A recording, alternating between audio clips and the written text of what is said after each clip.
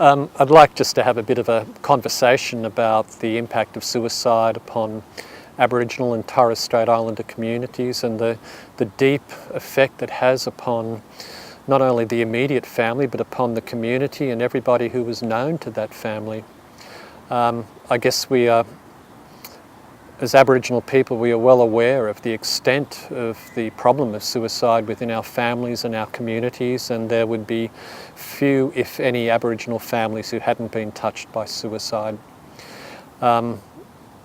We also consider the causes of suicide as being quite complex and very difficult to, at times, understand why somebody would take their life.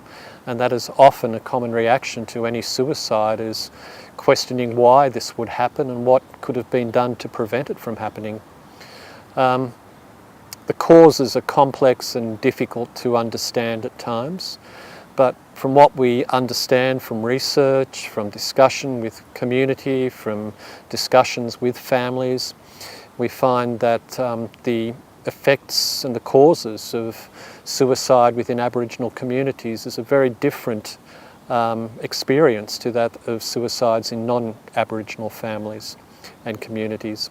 For those who have experienced the death, the suicide of a loved one, it is a time of very profound and deep emotions that are often confusing, that are often deeply unsettling in themselves. It is a time of mourning, of grief and loss, in which people will have the natural reaction of sometimes deep sadness, depression, sometimes anger and rage regarding somebody's decision to take their own life. And when people will experience a wide variety of emotions, from profound sadness and sorrow to anger and rage, that somebody could choose to take their own life in such circumstances.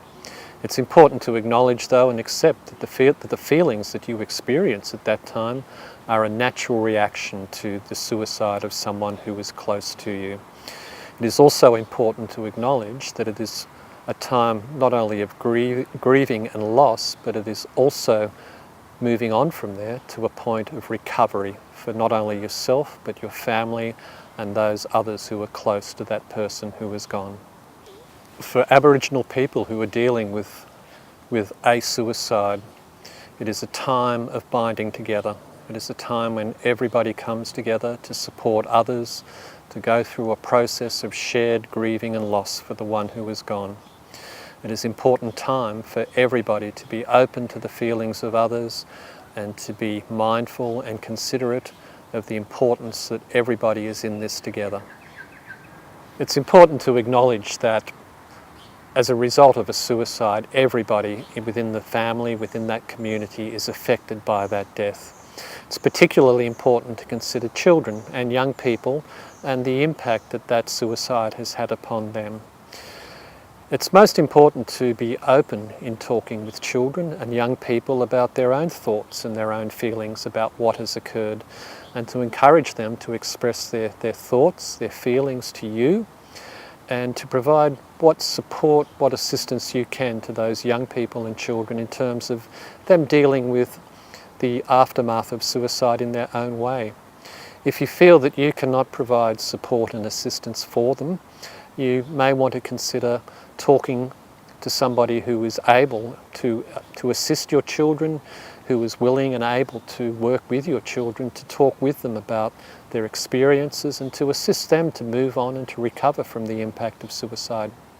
Again, this speaks to how important it is that we have loved ones and caring persons around us during this really challenging time. Suicide is complex and can be at times really emotionally charged for the family members left behind. The reason why could be because the reasons why that person ended their lives we're not able to find out because that has gone with that person. So it's very, very important that we are looking after ourselves and we have good supports around us when we do recently lose somebody.